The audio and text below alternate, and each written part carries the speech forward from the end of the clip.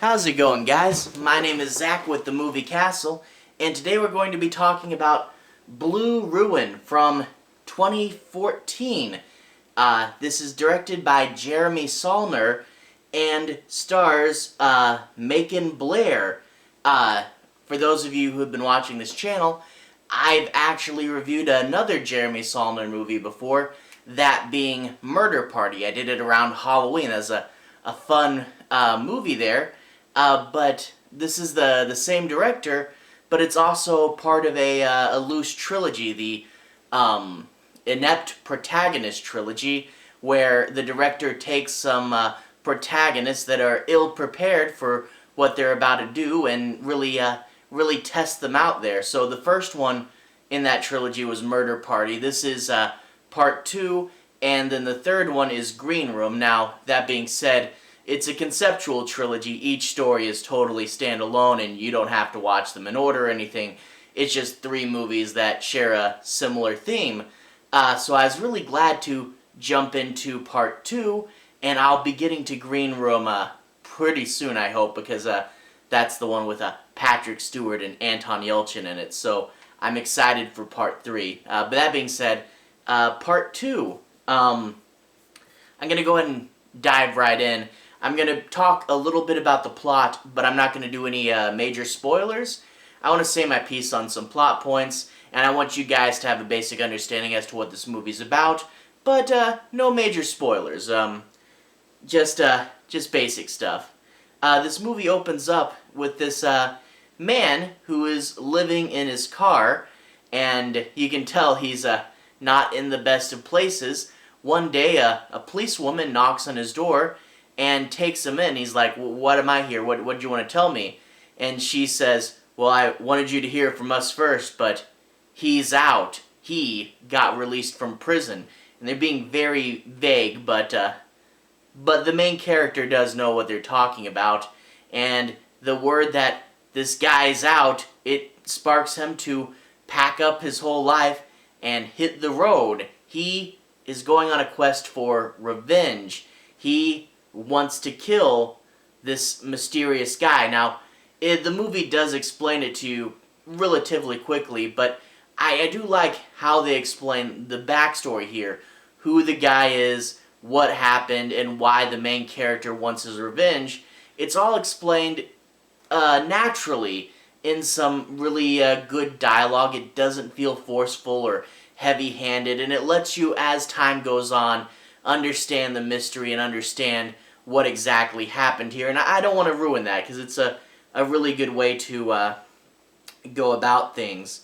But anyway, he goes on his quest for revenge, but it's not going to be that easy. One thing will lead to another, and of course, you know, it's not just going to be go and get revenge, leave.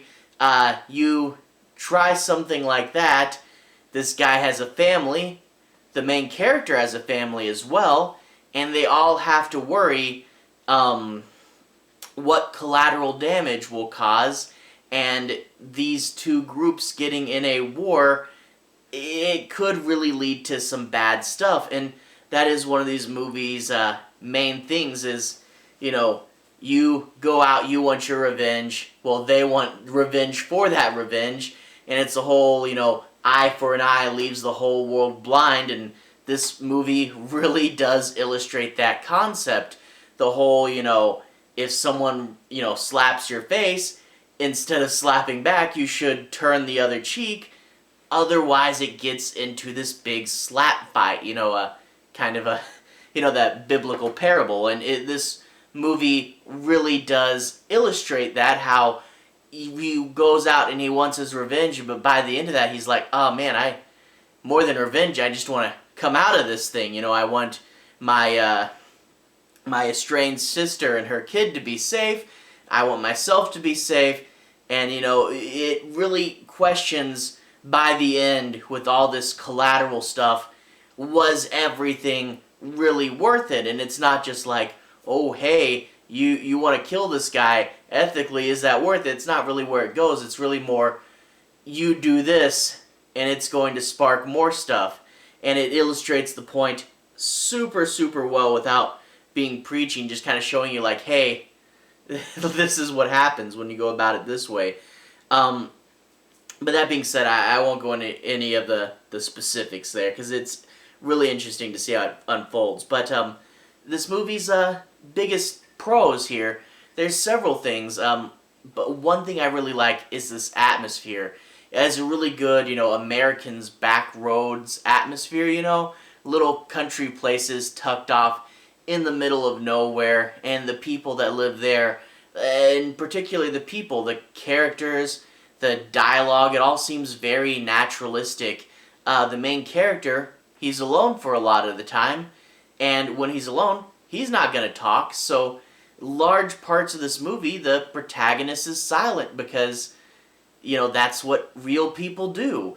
And he's silent when he does talk. He's not some big talker, and he has really normal conversations, and it all seems very matter of fact. I see some people comparing this to Fargo, and I guess I get that, although Fargo kind of wants to be over the top and silly as well as naturalistic. Here, this is really okay with being small and quiet, and it knows that dialogue. And this main guy, he also has a best friend, which again also seems like a real guy. He comes in later into the movie. I really like this character. He's a former army, and he wants to help his friend out, and he's kind of a know-it-all when it comes to guns, and he's like, okay, well, this gun might be better, but I don't think you'd be able to hit anybody with it. Let's see, are we thinking long distance, short distance? And, really legit, technical know-how. This, a really fun side character that pops up later on. But in regards to the main guy, like I said earlier, this is the Inept Protagonist trilogy, which I really feel kind of bad calling this guy inept because he really is trying his best, and that really does help with the tension, because you get so many movies, the character's either super dumb or they're super prepared, and they're ready to go out and fight things.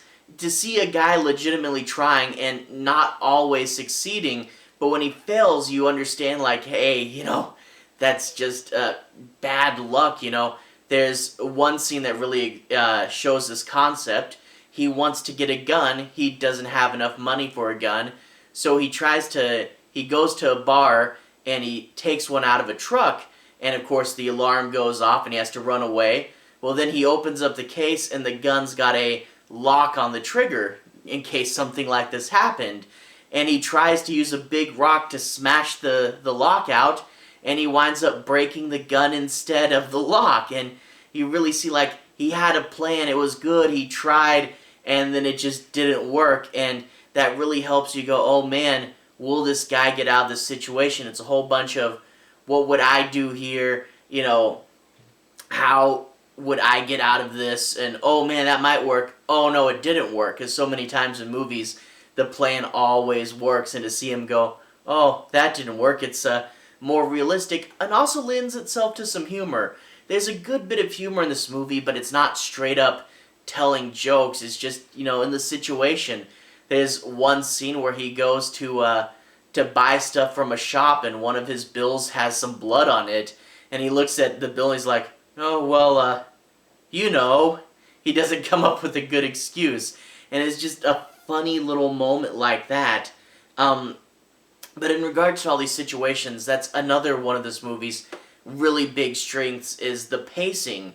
It kind of feels like, there's some movies that are like one big long chase or one big long action scene. It's not technically that, but it kind of has that feel where it feels like very much one thing leads to the other. I got out of that situation, but not perfectly, and now I have to deal with this problem. And it really does feel like one series of cascading events, and him, this poor guy, trying to get out of them, and you really do see him get swept up, and it really does pull you in, going, oh man, you could do that, you could do this, and it's one thing leads to another, keeps you glued to the thing to the very end. And here I suppose I should mention, this is, like I said earlier, the same guy who made Murder Party, Murder Party was a no-budget movie. Very little money to make Murder Party. And this is a step up in the budget, but it's not a huge budget movie.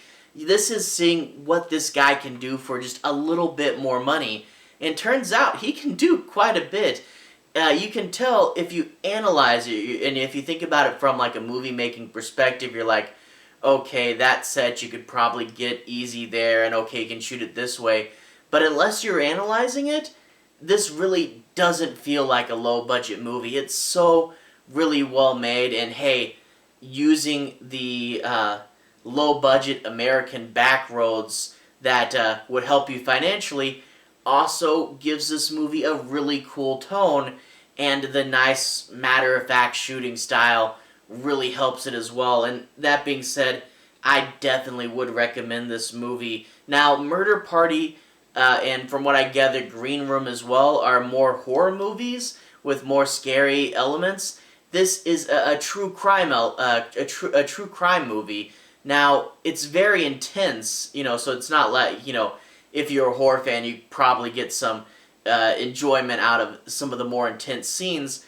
In horror, there's a genre, survival horror, where it's a horror movie about trying to survive, And I feel like if this one, it's not survival horror, it's survival true crime. It's a true crime story, and it's all about, will this guy survive? And you really get behind him, you really got on his side, and you really do get into this. So I definitely recommend checking this out. If you are horror fans coming over from Murder Party, not horror, but I'd still definitely recommend it. That being said, I am super eager to go watch Green Room now. I think this director, he did the Inept Protagonist trilogy and then Hold the Dark. I don't know if he's done anything else yet, but I'm quite eager to just watch his whole catalog, because I've watched 2 things from him. They've both been really good, and I hear Green Room's like really good as well. So I am going to dive right into those. It's going to be really fun. Anyway, to everyone who's watched so far, thank you for watching. To everyone who's liked and subscribed, thank you. You're really helping the channel out.